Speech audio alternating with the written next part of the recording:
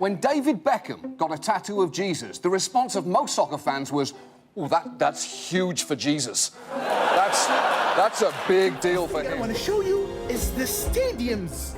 Oh, the stadiums! 8 mind-blowing arenas designed by some of the best architects in the world. This is Lusail City. Can you believe it didn't exist 10 years ago?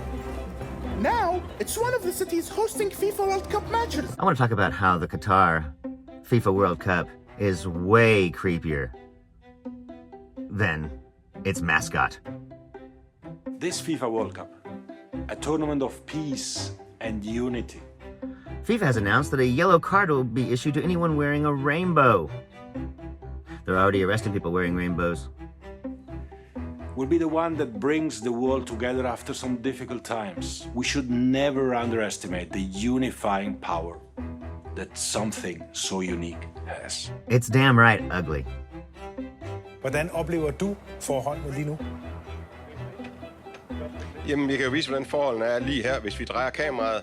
We are live on Danish television, og der kan I se, nu bliver vi stoppet med at filme, og det er forholdene her. Mister, you invited the whole world to you invited the whole world to come here. Why can't we film? It's a public place. But listen. But you can break the camera. You want to break the camera? Okay, you break the camera. Okay. Yes. So you're threatening us by smashing the camera. The winner to organize the 2022 FIFA World Cup is Qatar. This deal's crooked even for FIFA.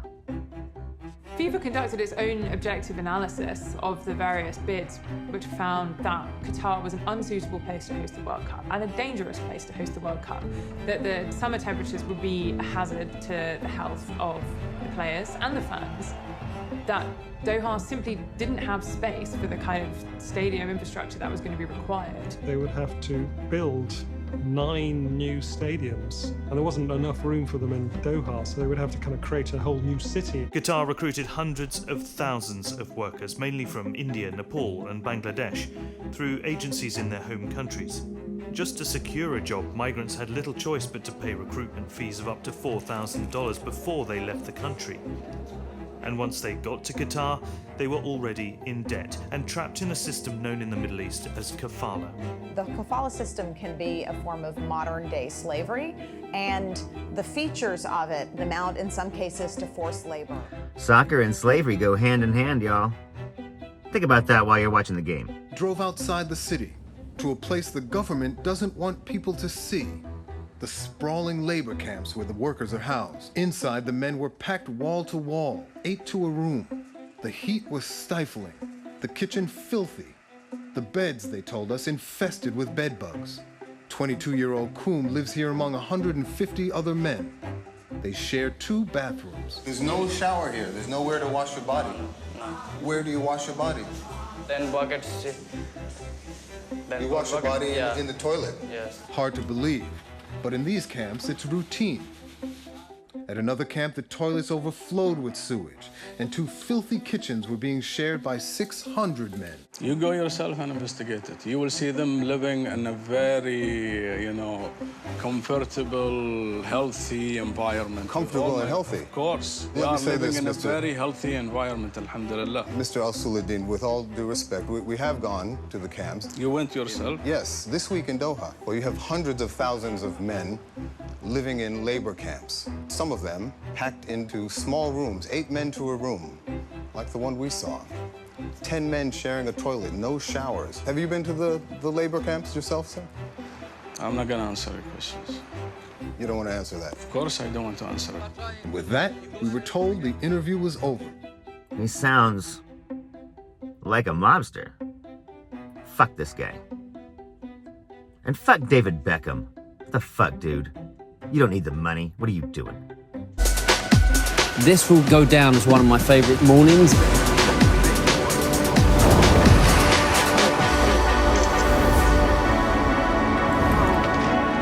People in Qatar are very proud of their culture. The modern and traditional fuse to create something really special.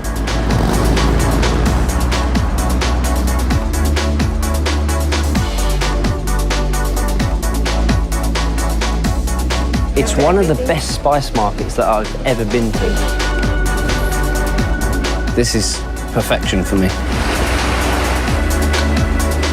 Qatar really is an incredible place to spend a few days on a stopover. I cannot wait to bring my children back. A non-profit organization, and we have to remain a non-profit organization. A non-profit with over $1 billion in the bank. Yeah, but this is a reserve. It is FIFA and its FIFA subsidiaries that are fully exempt from any tax whatsoever levied at whatever level, state level, municipality level, all sorts of taxes, consumption taxes, income taxes, you name it, it's all exempt. There have been so many scandals that I can't even list them all here. It would take hours. High-ranking officials from FIFA, the sport's governing body, arrested in an overnight raid in Switzerland, the result of a sweeping FBI investigation. Saw several of those FIFA officials led from the hotel. I think it was the hotel staff trying to protect their appearance, if not their dignity, with white hotel sheets.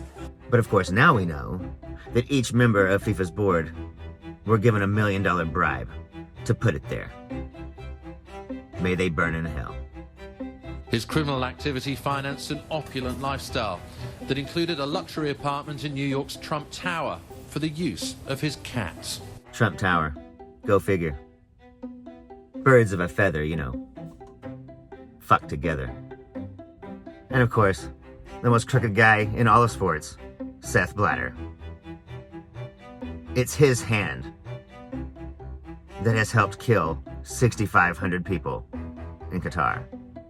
I hope you're enjoying your pile of gold, you piece of shit. I know many people hold me ultimately responsible for the actions and reputation of the global football community.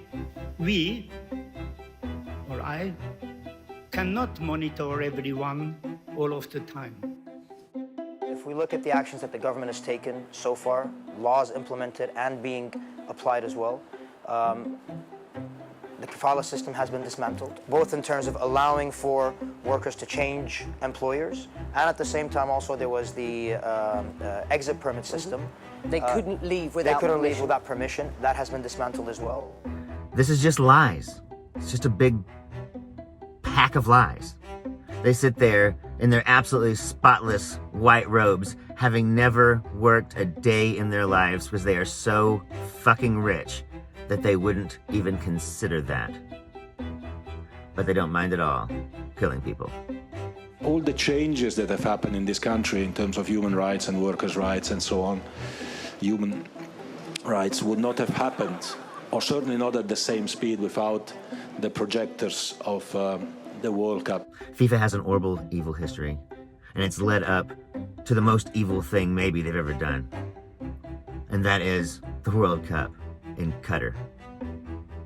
Qatar, Qatar, whatever. Who gave fans who might want to travel to Qatar. This was his fun response. Then I would say then that they should refrain from any sexual activities.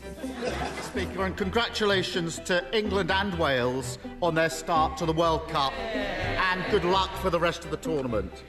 Mr. Speaker, the World Cup doesn't belong to FIFA, and it doesn't belong to the host nation. It belongs to everyone who loves football. It's totally unacceptable that during this tournament, gay football fans are unable to acknowledge who they love. And players have been threatened with suspension if they show solidarity with those fans. Shame on FIFA. What you saw in the run-up to 2018 was a lot of coverage of what was happening in Russia, a lot of coverage of the rights abuses, a lot of interest in that, and a lot of engagement in it. And I think what the Qataris will have noticed was how that all vanished as soon as the first whistle blew. Sidebar, let's not lose sight of the fact that they don't give a fuck who knows it. They don't care. The kickoff has happened. That's it. They made it. Go enjoy the games. It's gonna be some great matches.